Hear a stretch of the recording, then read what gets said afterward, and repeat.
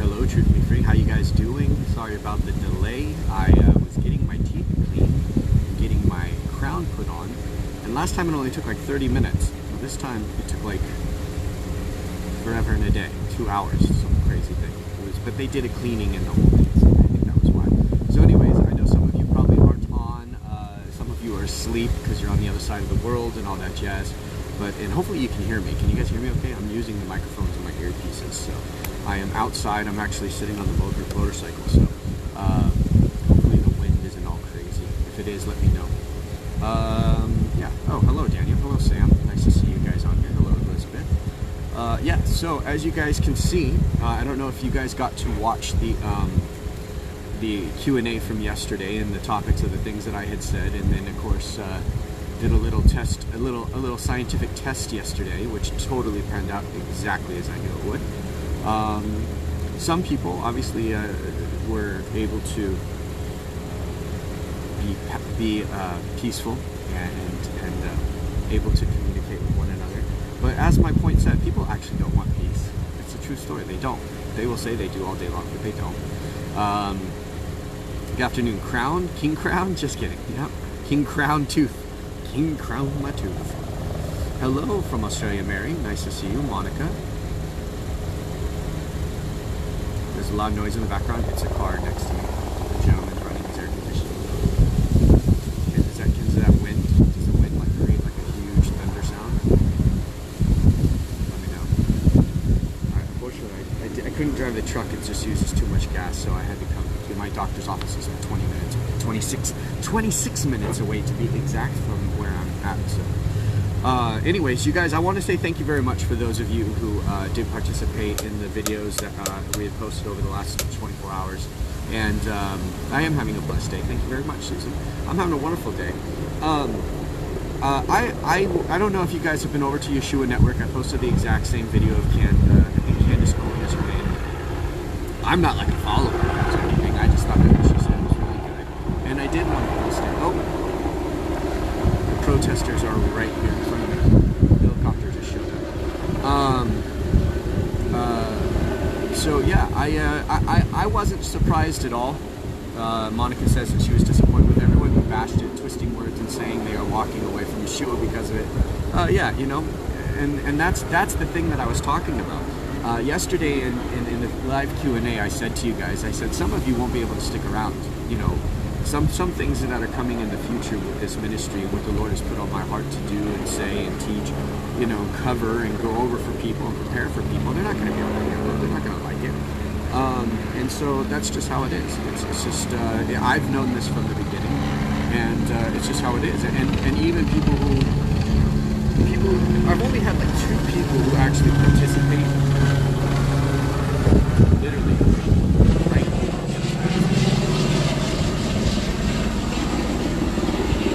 I think they're marching. So anyways, yeah. So anyways, I was saying, you know, people won't be able to handle it. I think like 40 people dropped off of Truth Be Free. Somewhere around 2,000 or 3,000 people dropped off of Yeshua Network. And here's the thing. There was something like 100 people that did the angry face on the behind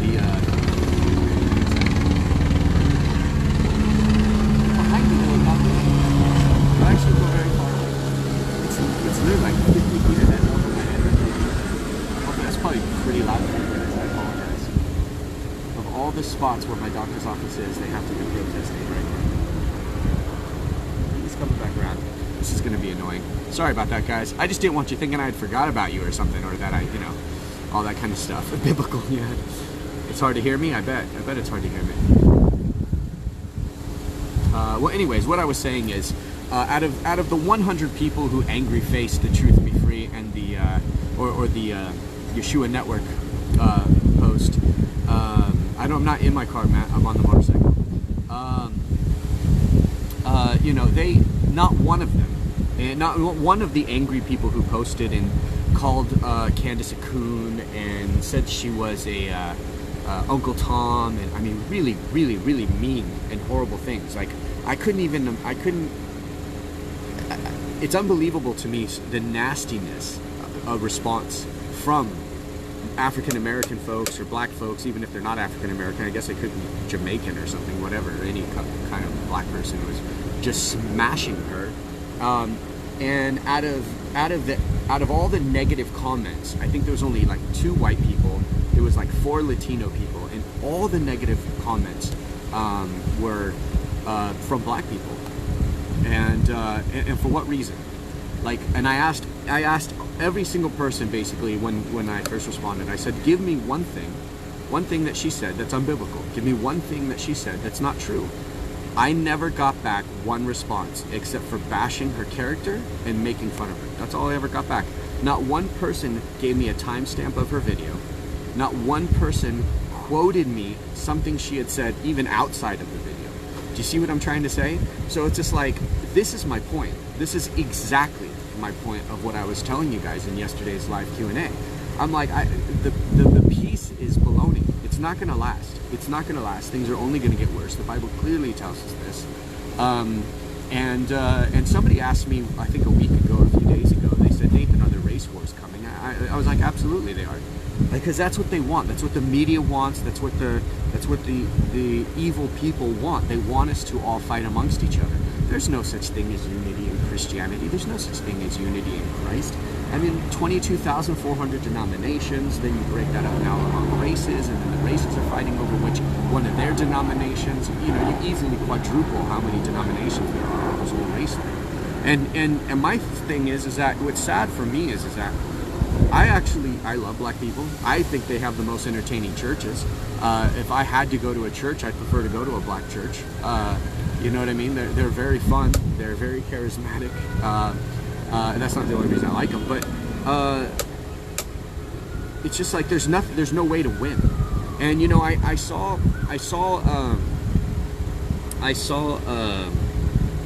a video which actually made me cry in a good way. Not a bad way. It made me cry. There was a whole bunch of white people. I think it was in Oklahoma or Tennessee. A whole bunch of white people. I mean, this helicopter is out of control. If there's a protest, there's like 3 of them. And this helicopter is like right on me. Maybe it's the Facebook helicopter.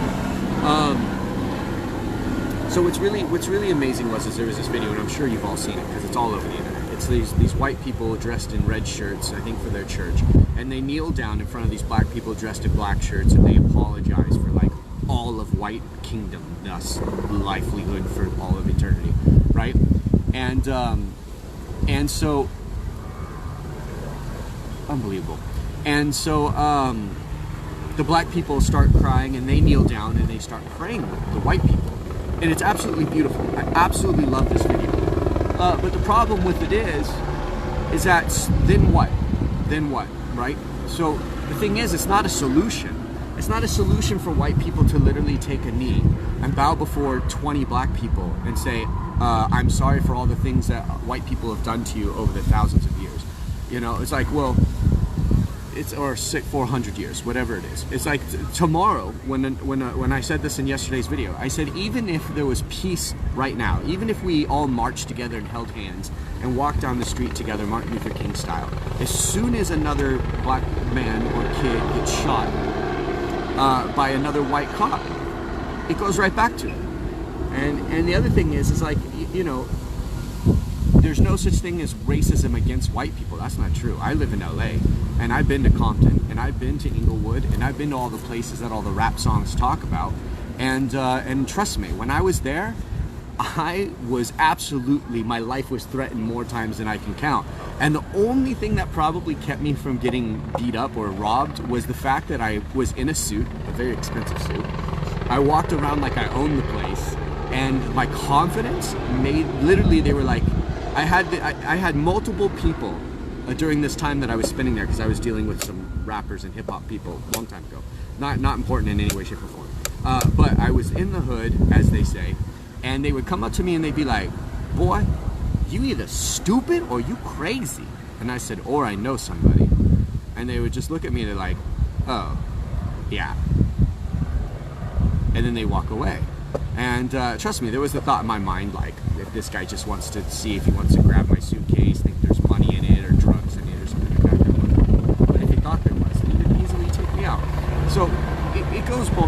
So my point is that I would love for there to be a solution. I would absolutely love for there to be a solution, but there isn't one. If Martin Luther King's solution doesn't have the longevity effect, because it doesn't matter how long it is before somebody else comes and can easily derail the train. It's only a matter of time before somebody can come and derail the train. And it's like if what he did and what he did with his people, they stood at the Lincoln Memorial. He gave probably one of the best speeches in all of political leadership humanity. And what has come of it? All we needed was one black president to bring racism back in full swing like I've never seen before in my lifetime. And that's where we're at. And this is exactly what I said in yesterday's video. So my whole point is that basically I was proven right. And I didn't want to be proven right, but I knew what I was talking about. I knew that if I had posted some truth, even from a black woman who is very well spoken, and because of that, actually somebody wrote the sentence, "She talks so white, she's a effing coon." That was posted on Truth Me Free, and then we got comments saying that we're not Christians, that we're not followers of Yeshua.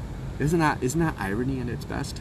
So my point in all this is that if you really want to be prepared, because that's been the topic for like the last week or so, it's all about being prepared for the time. And if you really want to be prepared, you got to take like the fantasy out of your head. You got to take the fantasy out of your head that everybody can hold hands and sing Kumbaya. It's not going to happen, guys. From here on out, it gets worse. From here on out, it goes downhill. If you have white skin, you're a target. If you have a white business, if you're Target, if you're Best Buy, if you have televisions and shoes and things like that, you're a target. Now that doesn't mean that, like I told you guys the other day, I was standing in line, I had black women around me, we were saying hello to each other, we're being all sweet to each other and everything. I don't think they want to attack me. You get what I'm trying to say? But my point is that in a sense, this isn't going to get better. It's not going to get better because the media is not going to change their mind. They're not going to change their narrative. Evil people own the media, right? And evil people are making bank off of the media. They're making so much money by getting everybody to tune in to the drama. I mean, I don't know if you guys know how much a commercial ad costs for like prime time television, but you're talking about retarded money. You're talking about like you have to buy this stuff in minimum. If I wanted to do prime time CNN and I got a deal through my friend, these are the only prices I know because my friend does pricing through Time Warner. If I got a deal through my friend and I wanted prime time, I think it would cost me a minimum to start at $50,000 for just like to show a 30-second commercial like a few times, you know, a few times, right? If you want to actually have like real like advertisement, like you're a pharmaceutical company or you're a Verizon telephone company or some, I don't know, like a big company, Pepsi Cola, G&E, Johnson & Johnson, something like that. It is so unbelievable amount of cash that these people give them, and that's why when their ratings tank, their money tanks. It's a big huge thing. So that's my point, is like media is not going to change because the money is too good. Even with their low numbers, they are able to make retarded amount of money. So it doesn't even matter. Like if anybody here own a business, just write true or false in whatever I'm about to say. If you own a business or you are a CEO or run a company, a manager of a company, you tell me the truth. If your company lost 20% in 1 year, would you risk going bankrupt? Or would you be forced to go bankrupt? Let me ask you that. Most companies, if you're the CEO of a company and you drop 20% in your revenues or in your business, you are going to absolutely be fired. Do you know that over the last 12 years, Hollywood has declined in its viewership at the Oscars, the Grammys, and the Emmys by 20% annually. 20% annually.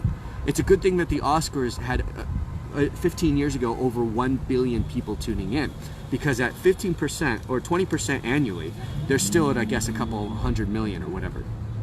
But if you were anybody else in any other industry, and your company declined 20% in 1 year, you'd absolutely be fired.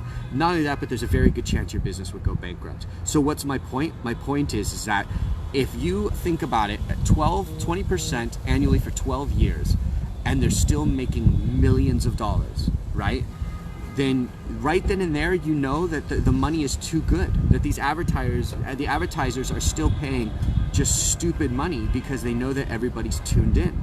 And so that's one of the reasons why it's not going to change. It's not. The only thing that's going to change is whether or not we have somebody in our elections, in our offices for our government, who lead us, who protect us. Because it's not about mind change anymore. It's just not going to be about a mind change anymore. You can't change, and I know I sound like a Debbie Downer again, but let's face it, if a very well-spoken, highly educated black woman who is in the political realm, who has overcome all the obstacles of anybody else of her race, can sit there and state facts without any opinion. She's just stating facts and saying, I personally can't get behind this, but if it's anybody else, and she names like 6 people, and she says, if it's any of these 6 people, I'm behind it. But if it's this person, I just can't get behind it to the degree in which everybody's getting behind it. And so my point is like, if people can't receive from that, they're not going to receive from anything. And the other thing is like, there's such a verbal disconnect. Like, there's such an unbelievable verbal disconnect, you guys. Like take this. I can't tell you how many white people I know who, when they see the Black Lives Matter all over the internet, they post All Lives Matter, right? But the thing is like, that's because white people aren't truly understanding why they're posting Black Lives Matter. And I have done some soul searching on this, and I totally get it. They're saying they want everybody to be like Black Lives Matter because they actually feel that nobody actually thinks Black Lives Matter. And so when they hear a white person say All Lives Matter, they're not hearing what white people are actually saying. They're not hearing that white people are saying we're all equal, and they're following kind of the Martin Luther King dialogue and vernacular. That's not what they're hearing. What they're hearing is they're hearing white people say, you're not that special, stop trying to make yourself stand out. And that's what they hear white people say when white people say All Lives Matter. When white people hear black people say Black Lives Matter, and then they see on the news a whole bunch of black people, or people dressed in black, but majority of black people running into Target and Best Buys and stealing stuff and breaking stuff and lighting things on fire, and then yelling at the same time Black Lives Matter, I'm going to tell you what white people hear. White people hear basically the black version of Ku Klux Klan. White people hear absolute, full-on, full-scale black pride racism. That's what they hear. And so the problem is that it's just not, there's no communication. There's just not an understanding. The black people really don't understand what the white people are trying to do. And the black people really don't understand what the white people are trying to do. Now, if there was a way to communicate, and I had said this in a video multiple days ago, if you guys actually saw it, I said the reason why the world is a mess is because we do not know how to speak in the language of love. We don't know. We do not know how to speak the language of love. It is not in our world today. There is no class where you can go and you can learn the language of love.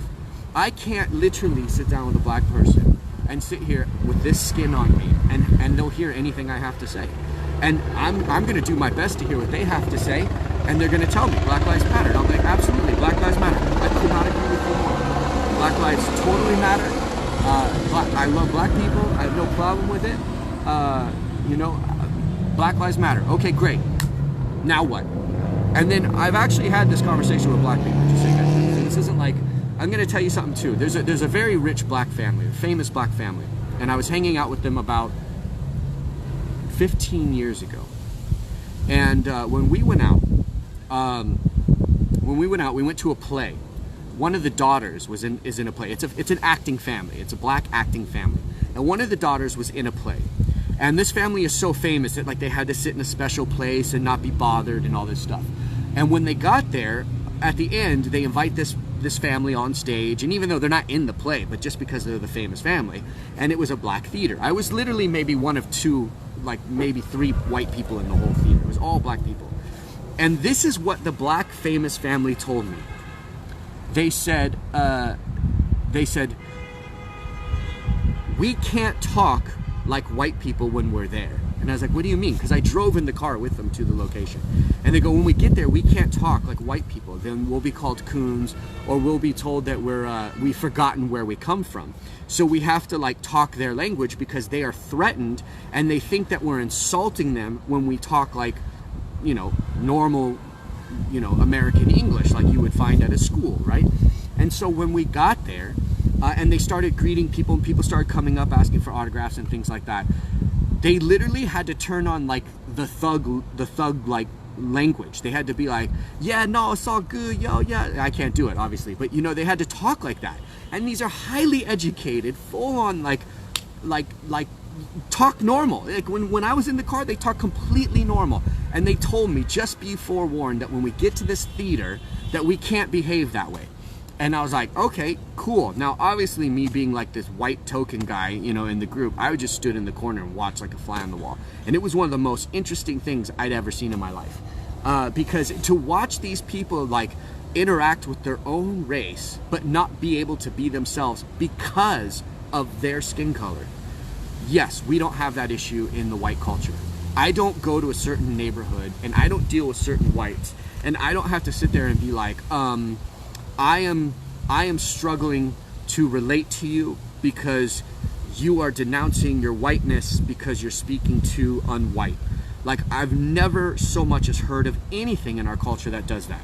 And these people showed me clear as day that it's absolutely a thing. Then I had a black business partner. My black business partner said the exact same thing. We would go out to the bars, we'd go out to the clubs, we would do all this stuff, and when we were out, he was the most racist person I've ever met in my life. And not racist against white people. He only preferred to hang out with white people. He hated black people, and he was black. He refused to hang out with black people. If he saw too many black people come into a club, he would grab me and be like, we gotta get out of here. Because he was so scared of there being a riot or a fight or some kind of drama. He was black, and he was like, he wouldn't have anything to do with it. He was my business partner. He was the one who stole $600,000 from me. So for a year, I like lived with him, and I got to know his family and hang out with his family. I went to like their barbecues. It was the first time like I had like pig's feet and chitlins and the whole deal. Like, I mean, I was immersed in this black culture, and I am like the whitest dude in the world, right? I had never in my life have I heard so much racism come out of people's mouths. And what blew my mind was it wasn't racism about white people. It was racism about black people, from like 20 black people. It was the craziest thing. And I'm just like, how are they talking so much trash like about their own people? And then they turn around and they blame white people for it, right? And I'm like, I'm not even racist. Like, I don't have an issue. I'm here, I'm hanging out. And their whole time talking about all sorts of racist stuff, like the entire time. And so anybody out there who's from that culture, you know exactly what I'm talking about. And it drives me nuts, because no matter what I would have said, this is what they educated me on. Are you ready? Because I asked him. I said, can you explain to me the whole N-word thing? Like how you all use the N-word amongst each other, but white people aren't allowed to. Because I was very curious about this. And this was before it actually became like taboo. And this is what they said to me. They said, we're taking the power of the word back, right? And I was like, are you? And like, yeah, because if we use it as like our own inner culture kind of thing, right? And we refer to each other as it, right? Then we're taking the power of it. It doesn't have the sting, and only we can do it. We can only talk to each other that way. And I'm like, okay, I guess so. But we would never go around calling each other crackers or hey Snowy, or I don't know, hey Casper. Like, you know what I mean? Like, it's not something I get. And then of course his response was, yeah, it's a black thing. I was like, all right, cool, man. I guess I really don't understand. So then I was talking to another black friend about this whole drama with the race wars ever since Obama got into office. And this is what they told me when I said, how come like you guys are fighting the unity of the whites? And this is what the person told me. Now, this person doesn't maybe speak for all blacks, but it seems to absolutely match. They said, we can't have whites help us, because we as a people need to come out on our own. We as a people need to save ourselves. We need to come out on our own. And I said, this is how I responded to it. I said, how are you going to do that on your own? That's impossible. Nobody comes out on their own. Like, there's not a rich white person or a free white person who got free or rich from being on their own. Like, somewhere, somehow, you have to get help from people.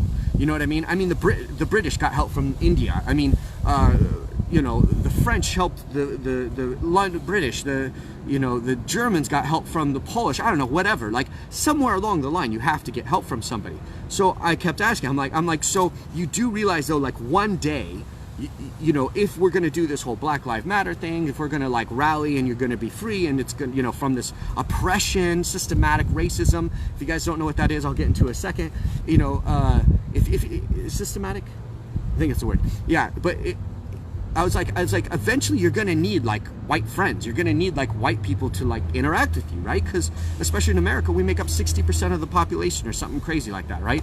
And he goes, no, we have to do it on our own. And then I was like, okay, well, talk to me. Like, explain to me this plan. No plan. No plan. There's no plan.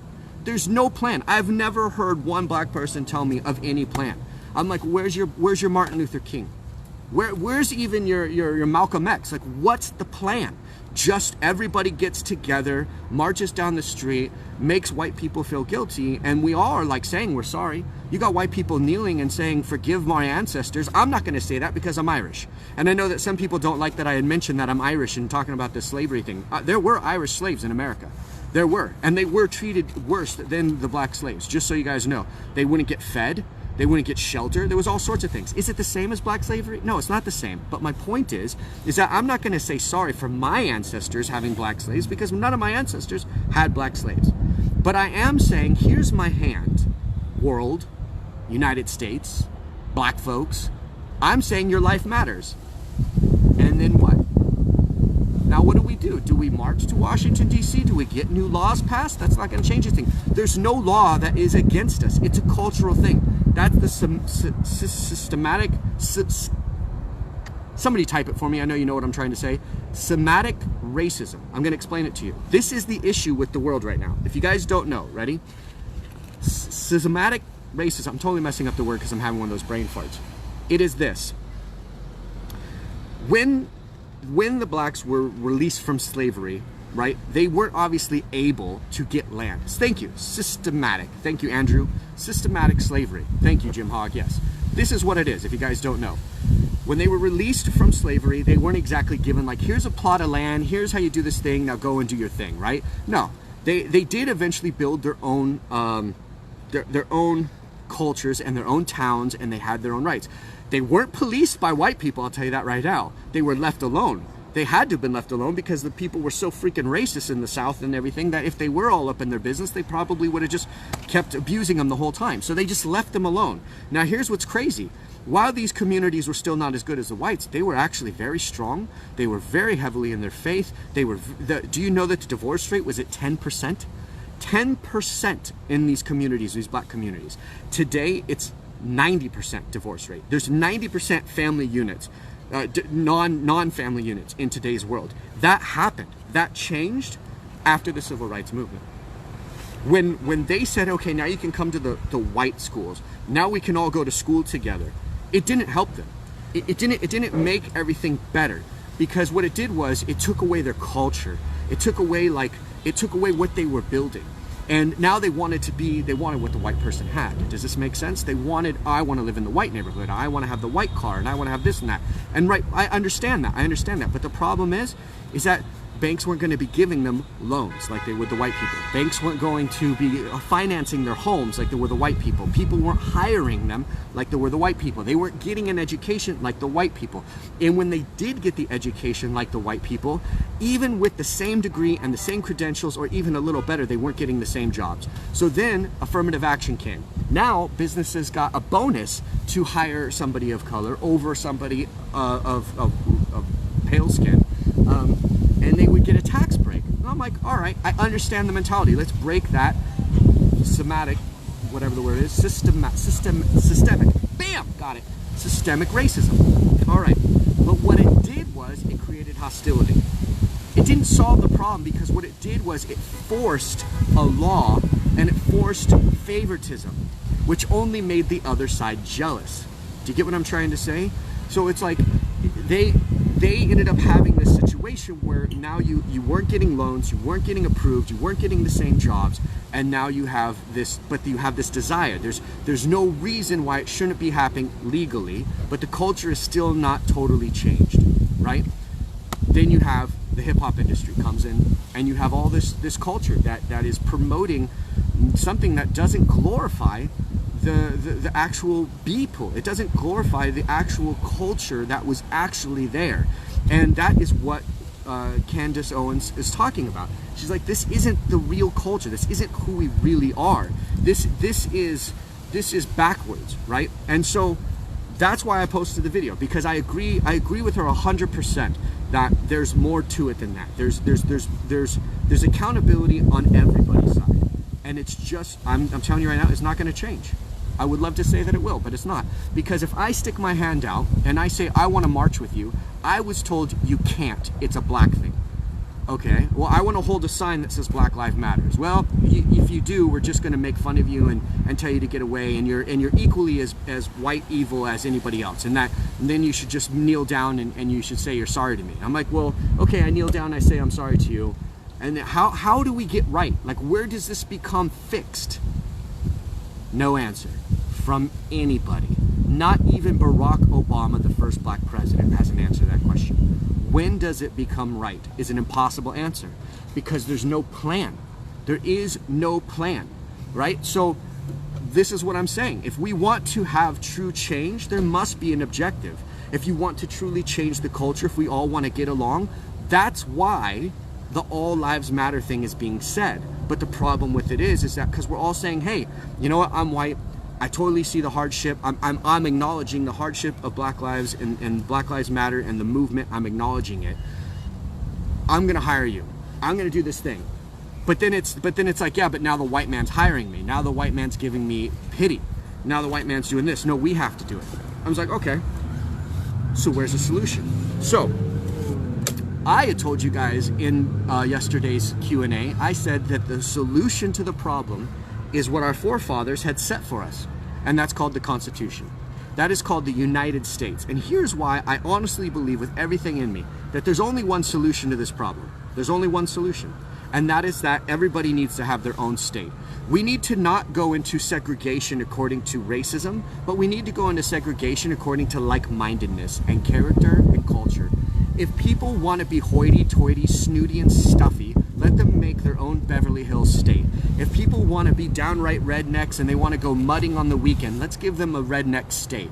If people want to be all thug life and they want their cars to bounce and they want to literally pimp out their girls and they want to be proud about bitches and hoes and all this stuff, give them an entire state, right? Let them do whatever they want. They want to grow drugs, let them grow drugs. They want to sniff coke, let them sniff coke. It doesn't matter if I'm talking about the Beverly Hills people or the thug life people. Whatever they want to do, they want to shoot a needle in their arm, let them do it, right? If that's what their vote is for their politics to go and change those laws and say, if anybody wants to go ahead and shove a needle in their arm and kill themselves, you got the right to do that. Why? Because it's my body, my right, right? So it's got to apply to everything. If it's your body, it's your right. It's got to apply to everything. So let's make it that way. Let's make it that way. You want to shove a needle in your arm, you want to kill yourself, go right on ahead, right?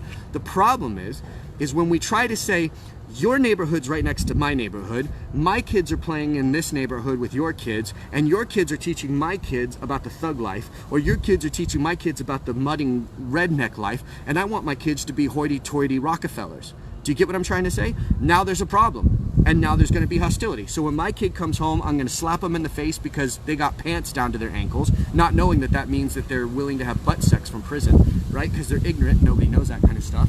So they got their pants down, and they're supposed to be Beverly Hills snob kids. They're not, right? So they're trying to live a thug life. They literally are driving a Porsche, but they're bumping music about living in the ghetto. It doesn't make any sense. And all this kind of stuff. Like, everything doesn't make sense. So what you have is just this huge, large hostility. Nobody's happy. Nobody feels like they're in the right place. Nobody feels like they have the ability to bloom in the culture and the society in which they have on their heart to live. And that was the reason for the United States. United, not one state. Do you get what I'm trying to say? It's united. Every state agrees that, like, if somebody comes to attack us, we're all friends, we're all family, we're all together. You wear that, I wear this. You listen to that music, I listen to this. You eat that food, I listen to this. But if you mess with us as a country, we're united. Right? Do you understand what I'm saying? Together we pay taxes, we have an army, we have a military, we have, if one of the countries or one of the states go bad, we all send money and we send aid to help them, just like we do in the United States. That was the point of the federation. That was the point of the federal government. It was to balance and make sure that nobody got left behind. Does this make sense? So, this is the solution. The other thing that needs to be done, if anybody who's of color is watching this video, which I have a feeling there might be 2, but you know, there's of course 1,000 of them pissed off at me right now from Truth Me Free or from Yeshua Network. But here's the truth of it. If truly black people want to free themselves, which is exactly what this Chantel girl was telling me right before, on the post below. She was saying that how do we free ourselves? Like, it's all about black people freeing themselves. Well, first of all, if you're going to free yourself, you have to get money from somewhere. When the United States freed itself, it borrowed money from the French. It borrowed money from Spain. It borrowed money from London at certain times, right? When America needed to get on its feet and it needed ammunition and ships, specifically ships, right? They had to ask for help because that's the only way you're going to get it. Now, if truly black people want this whole thing to be erased with, and they want everything to be right, they have to create their own banks. And they have to have their banks finance black people in a way that the white people aren't financing them. They will give them, they have to create black businesses, they have to create black industries, and they have to give them jobs in the way that white people are not, because a white person can't help, right? That's what they're telling us. White people can't help, because if the white person helps, then the white people will dangle the carrot over their heads and say, we helped you, we're the ones who made you free, we're the ones who gave you your freedom. I get that. So, here's the thing. In order for this to happen, the looting, the fighting, the burning, the non-family unit stuff all has to go away instantly. It has to go away today and right this very second. That's what Candace Owen was talking about. Candace Owen is completely aware of this. She's completely aware that the system of the family unit is very core, and if it doesn't exist, then there will not be any peace and there will not be any growth. That's the fact of it. So, first and foremost, there has to be black banks. But here's the problem. Where do the black banks get their money? Well, the World Bank is run by white people. So, somewhere, somehow, they're going to have to get their bank accredited by another bank that's called a global bank. JP Morgan Chase had to do this. Wells Fargo had to do this. I don't know, Washington Mutual had to do this when it was in business, right? All these banks have to get a credit rating, like a FDA's approved credit rating on their bank. That's going to come from white people. So if truly there is absolutely nowhere for white people to reach their hand out and say, I want to be a part of making things right, it will never get fixed. So do you see the problem here? Do you see exactly what I'm saying? Is that white people today, though black people aren't hearing it, white people today, I would say 90% of them, are saying, my hand is out, I want to help, but how? Tell me what I can do. And we're being told nothing. It has to be us. Okay, what's your plan? There's no plan. So when I say it's not going to get any better, that's why. That's why I say it's not going to get any better. And then you have the news feeding the anger and the frustration. Now here's what's really going to make things bad. Is the fact of everything that I just said. There's no plan. There's no way to ever do it without the help of white people, because there is no money on earth that's not somehow associated with white people. There's somehow a white person owns that kind of money, right? Whether it's Bitcoin, whether it's the United States dollar, whether it's the Australian dollar, whether it's the yen, it doesn't matter what it is. Somewhere along the line, it's all based off of the US dollar or based off of gold, which is owned by the white people, right? So somewhere along the line, white people have to get involved. They have to help. They have to help. And so what's going to happen is this massive rush of frustration that the media is feeding like a shark frenzy, right? They're stirring it up.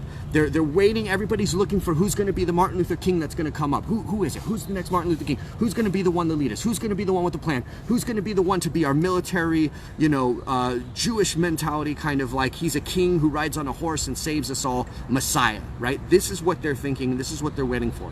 And when it doesn't come, the anger's going to come, and the looting's going to come, and the fighting's going to come, and it's going to get worse.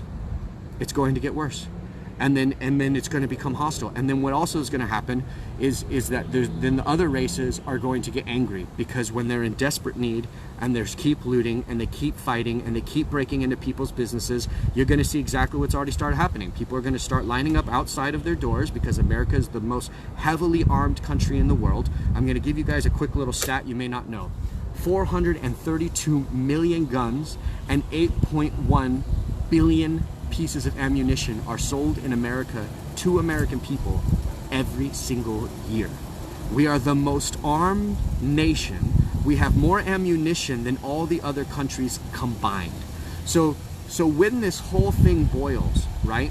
When this whole thing boils and it gets to the point where the only way to survive is to be basically like Mohawk Indians, which is you go and you just take from the other tribes. Like they do all the skinning, they do all the hunting, and then you just go and you take it from them once they've done all the work.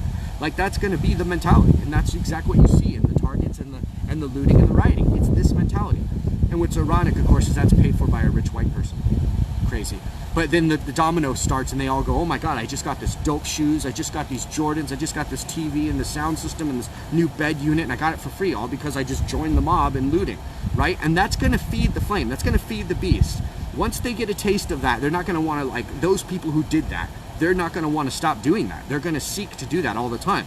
As soon as the targets get fixed, as soon as another black person gets shot by another white cop, boom, let's go get some free stuff. It's not going to stop. So what is going to happen is then you're going to start having some people who probably are white with their guns out in front of these stores, and they're going to shoot somebody. And when they start shooting, then it's going to become civil war, which is exactly what the media and the far left want. They want civil war. And the problem is that it's the far right that has all the guns and the ammunition and the military training. Do you get what I'm trying to say? So you have to take a look at the total situation, guys. There isn't a desire for progress in life. There isn't a plan to say, well, I want the ability to live in a neighborhood where my house isn't being eaten by termites, where the paint on my house is new, the car that I drive works and isn't breaking down all the time, and I'm getting approved by banks at a good credit rate, right? That's not what's being said. That's not what's being said. They're saying F the police, they're saying defund the police, they're saying kill cops, they're saying kill whitey, they're saying Black Lives Matter. This is the focus. What they say is a proof of the mindset. Do you understand what I'm saying? So if I have a brother and sister, my black folks on here, who are hearing what I'm saying, you tell me what the plan is. You tell me what the plan is, I will be your largest advocate for it. You tell me what the plan is, and it's a legit plan, I will be an advocate for it. Except the only thing is I already know you're going to say, sorry, Whitey, you can't help us. We have to do it on our own. It's a black thing. So we're left with the crossroads. It's just a matter of time before it comes up. It's just a matter of time before it comes up. You keep looting from people, they're not going to take it anymore. They're going to get their guns out.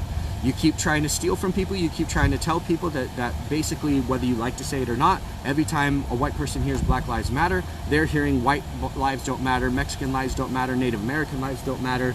That's what they're hearing. It doesn't matter if it's correct or not. That's what they're hearing. So this is my point.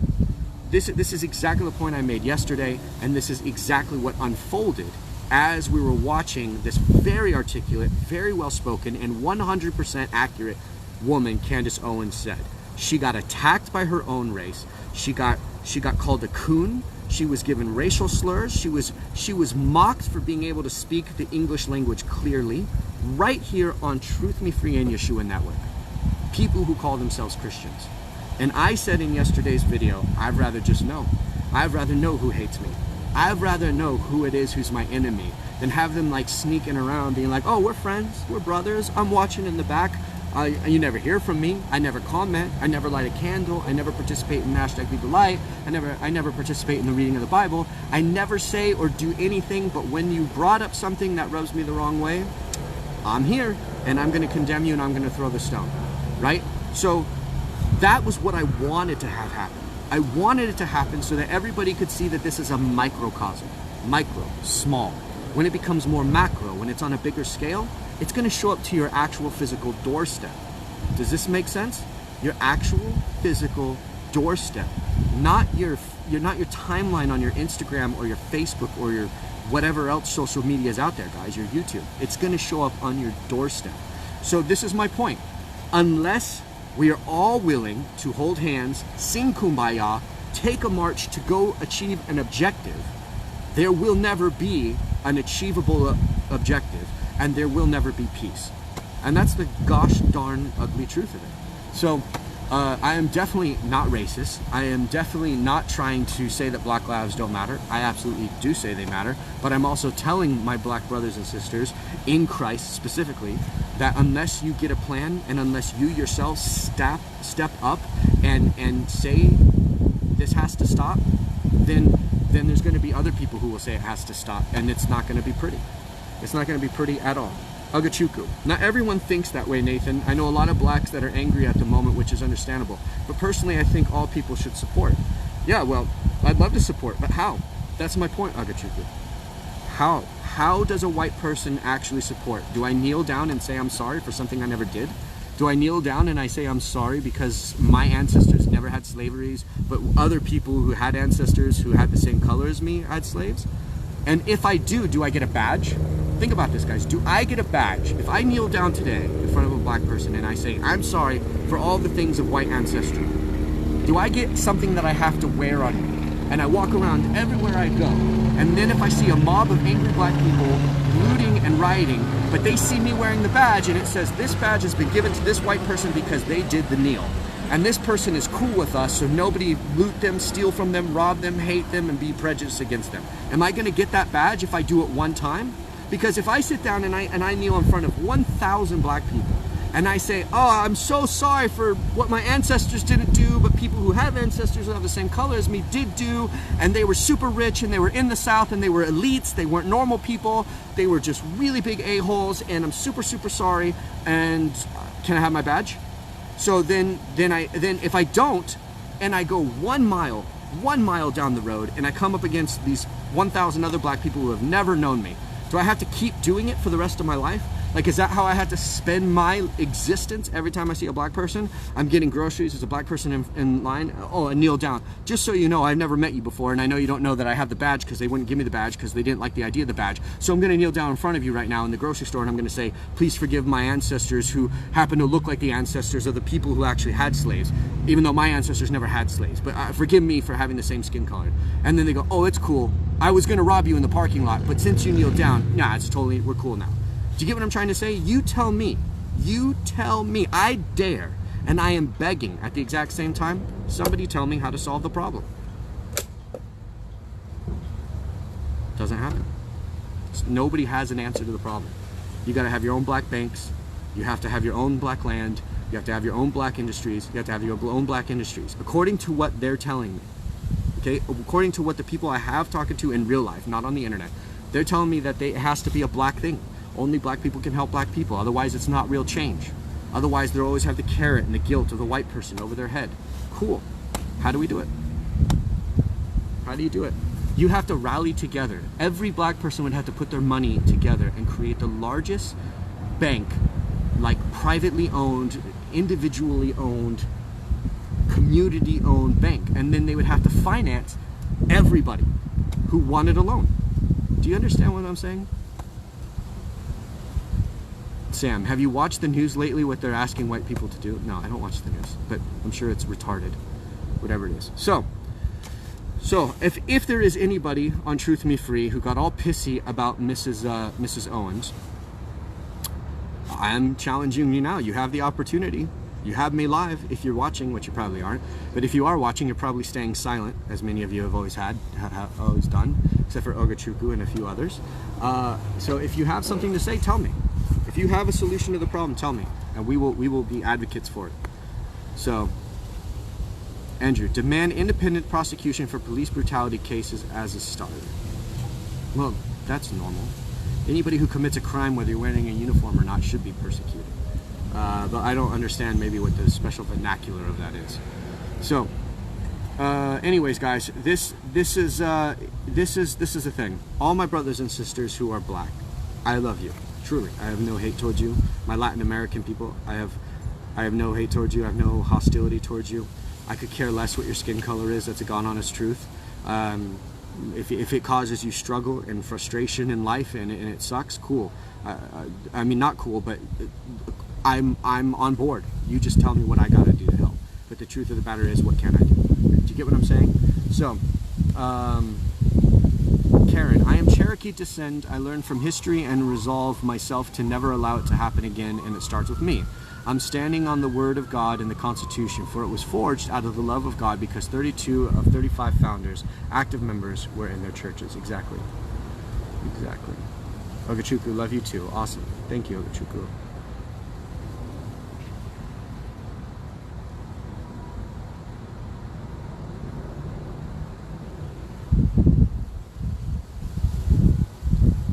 Two-year-long talk show on racism, prejudice, bias, culture.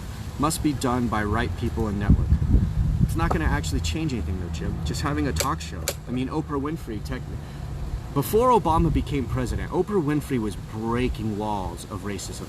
It was very, very hard to like look at the most wealthy woman on the earth, and she was black, and like think to yourself, black people can't do it. Or I don't know. I've never been racist, so I don't know what the racists think. But like to think to yourself like, I don't know, black people can't do what Oprah Winfrey did. Like, she came from literally like a corroding house in the South on a farm, like from the bad deep South, like Mississippi or something like that, like really bad place. And she became the wealthiest woman in the world, billionaire. Like, she was doing amazing things of breaking that. Now, I don't agree with all her New Ageism stuff, but as for the cultural racist part, she was in just being loving and being smart and articulate and successful and giving. I mean, every time somebody was on her show, she's like, everybody want a car. It's just like, that's so freaking awesome. You know what I mean? Like, if you got to go to the Oprah Winfrey show, you just wonder what prize you won for going. Like, she did amazing things of changing the perspective of the culture. President Obama comes into office and everything goes to crap. In a year, tanks. So my point is even if you had a total television show that talked about it every single day, a television show is not going to change it. So we had a television show that was on TV for 20 years that could have changed it. It did change it, but it only takes a second for it to fall. Do you get what I mean? David says, demand black culture stand up together and fix their own interculture issues. Majority of the problem solved. Yes, except the only thing is who wants to give up their time and their effort to do that. You know what I mean? That's the problem.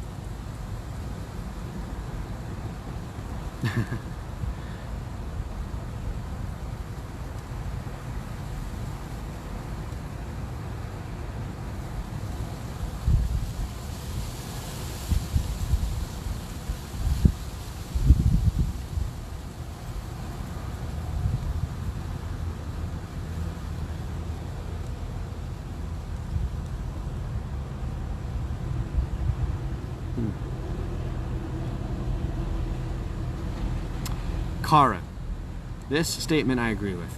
Real change can start when people turn off the TV and stop buying into the mainstream trying to divide us. Love Christ said is best. Love each other as yourself. That is probably the most nail on the head. If people literally would just turn off the TV and would stop caring about all this stuff, the problem is that people are going. This is why it's so brilliant, Kara. I agree with your statement 100%, but this is why it's so brilliant. People are going to tune in because they want to know if their neighborhood's getting looted. Do you see what I'm saying? They're going to want to make sure that their eye is somewhere that if the television is on in the background, CNN, ABC, Fox, it doesn't matter who, they're getting sent back a signal to their network, And the network then will collect the data and says, this TV has been on at this household in this neighborhood for so many hours, saw so many commercials, and that's how they get paid. So the thing is that how many restaurants have you been to? There's the news. How many households have you been on to where the news is in the background? And it's basically just there in case somebody tells you there's looting, there's rioting, and all that kind of stuff. That's the problem. If you just leave the news on in the background, they're making money. So we'd have to literally turn off all the TVs. And that would include Netflix and Amazon, by the way. We'd have to turn off everything. Like, that would be the only way to do it. And let's face it, it's not going to happen.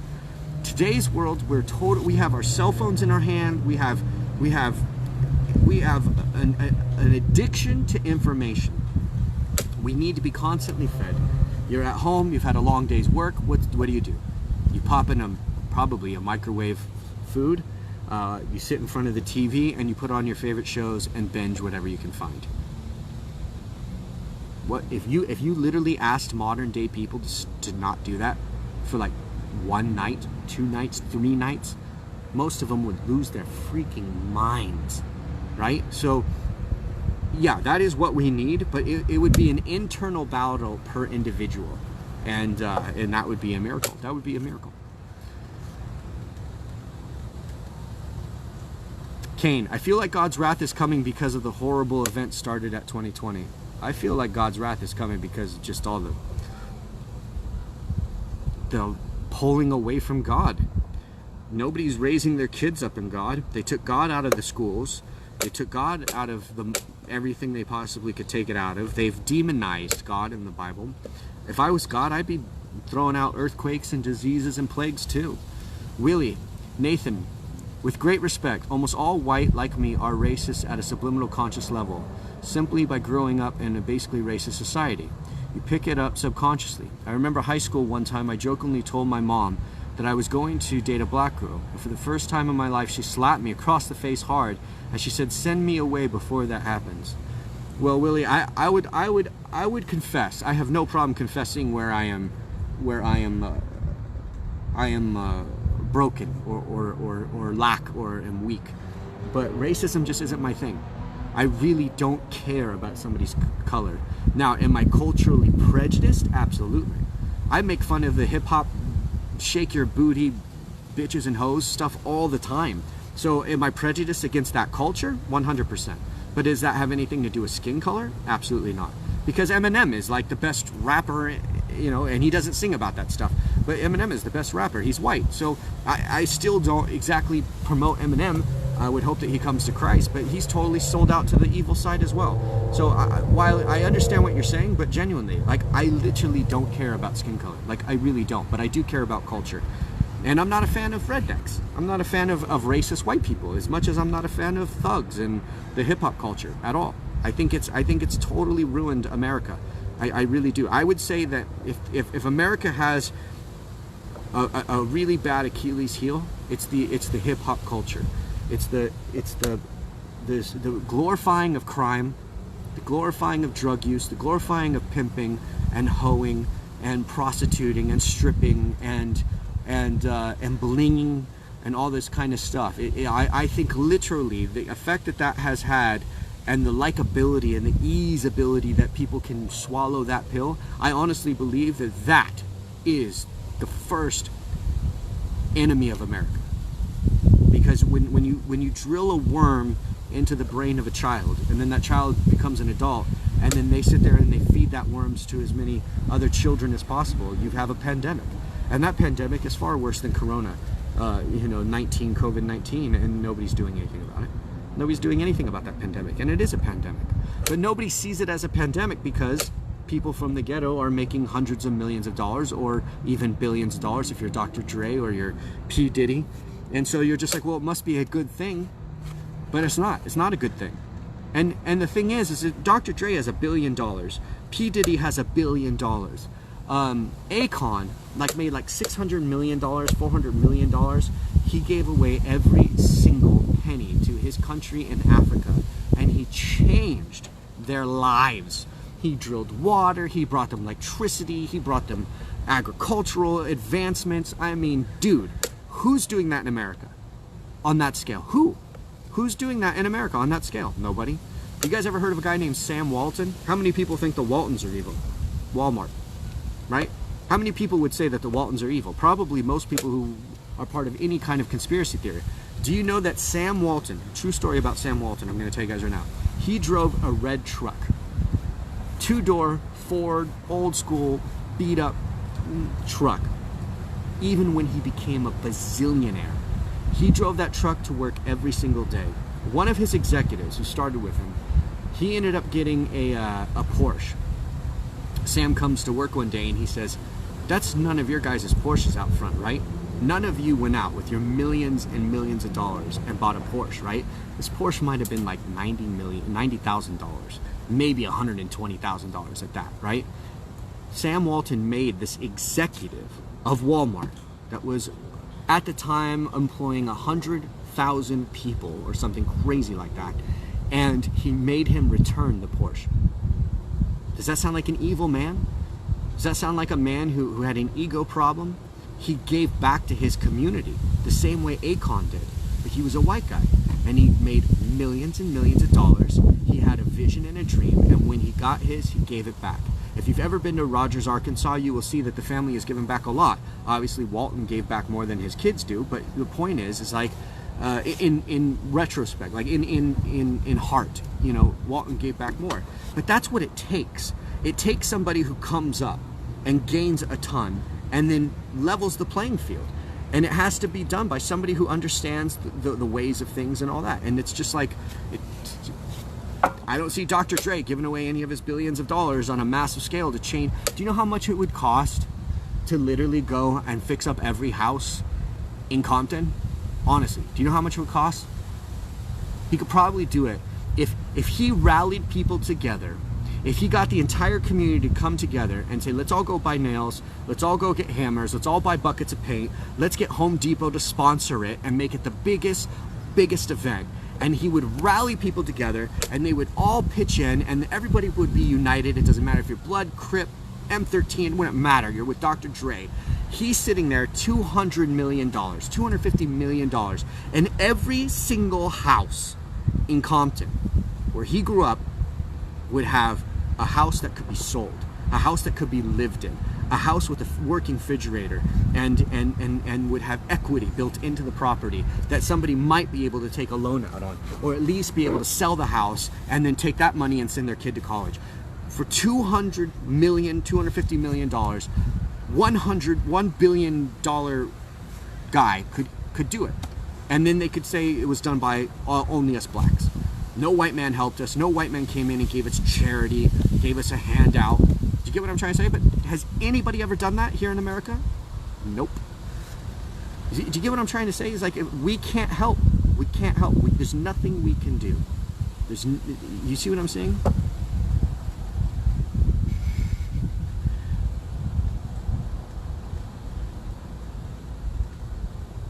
Yeah, starting a bank is definitely Hillary. They have to start a bank. The number one thing is they don't get loans like white people do. They don't get loans like white people do. That's still to this day an issue. And the thing is that if they really wanted to, they would start a black bank. Now I'm going to tell you guys something that's absolutely mind blowing. You're not going to be able to like handle this. What I'm about to say. Are you ready? Are you guys ready for what I'm about to say? There are black-owned banks, and they bank the exact same way as the white people. They prefer loans to white people. They deny loans to black people.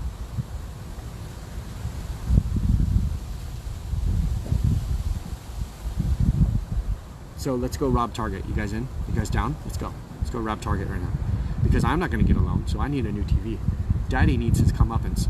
Let's go get a Target. Let's go get a Target TV.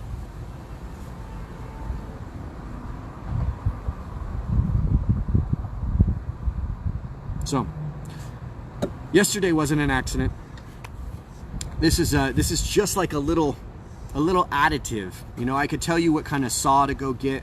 I could tell you guys what kind of seeds to go plant. I could tell you what kind of no, not really, Stephanie. Don't go rob anything, you guys. I'm kidding. Don't go looting.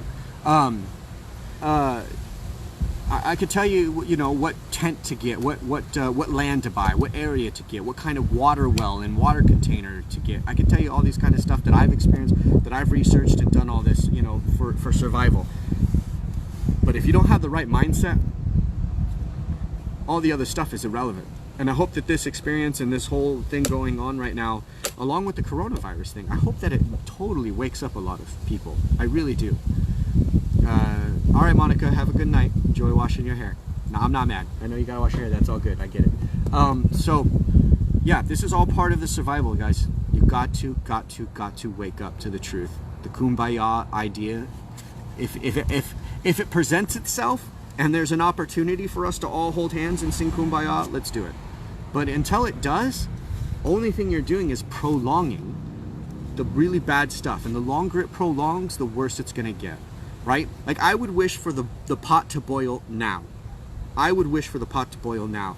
Because if the pot boils in 2 to 3 to 4 years from now, it's going to be so nasty, it's going to be so disgusting, that it's just going to go bad.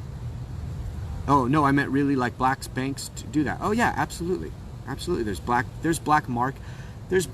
communities. There's absolutely black-owned banks. For sure.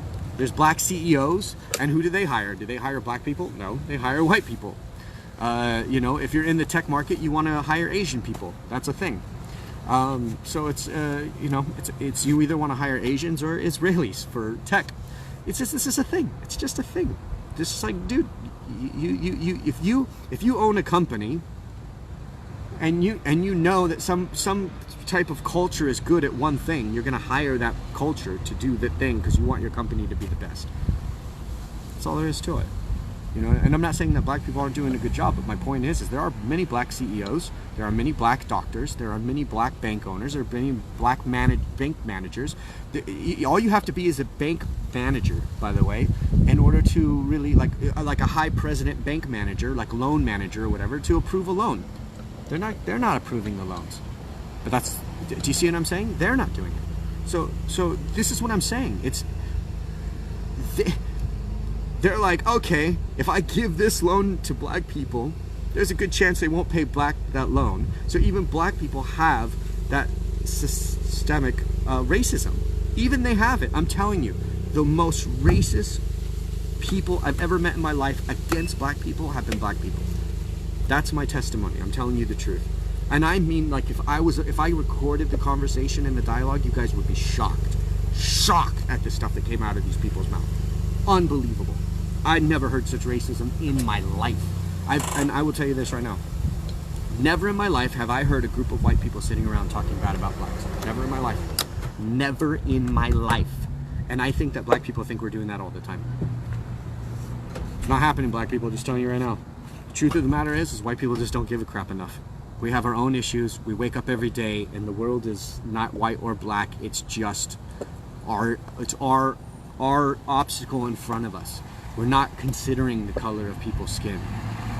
We're just waking up and being like, how the heck do I pay my bills? How the heck do I stay in my neighborhood? How the heck do I fix the paint on the house, or pay the mortgage, or how do I save up money for the pool in the backyard? This is the crap we think about. We don't think about, oh, there's a black person. I bet they're selling drugs. Hey, Whitey, come over here. Let's sit here and look over at the one guy who's buying Jamba Juice. He's black, and let's talk about how he's for sure a drug dealer. Like, dude, it's not in my head. it's not in my mind. I've never in my life heard a group of white people talk about black people. Ever. And I lived in Texas, I've lived in Washington, D.C., I've lived in Virginia, I've lived in Oregon, I've lived in the deep Texas. There's plenty of South, good old boys there. Never, ever. Black people, all the time. When I was with the famous people, black family, they talked bad about black people. When I was with my black business partner and his family, and I lived with him for 9 months, always talking trash about black people. So this is my point.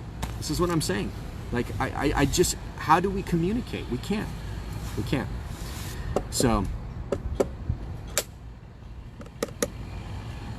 doesn't matter what I say. Nobody's going to believe me, any hoozle. They won't believe Candace Owen. They won't believe Candace Owen. They won't even listen to the truth she has to speak. You guys get my point. So this wasn't really a Q&A. I guess it was more of a follow-up to the other Q&A and to let you guys all know that it was all part of the plan.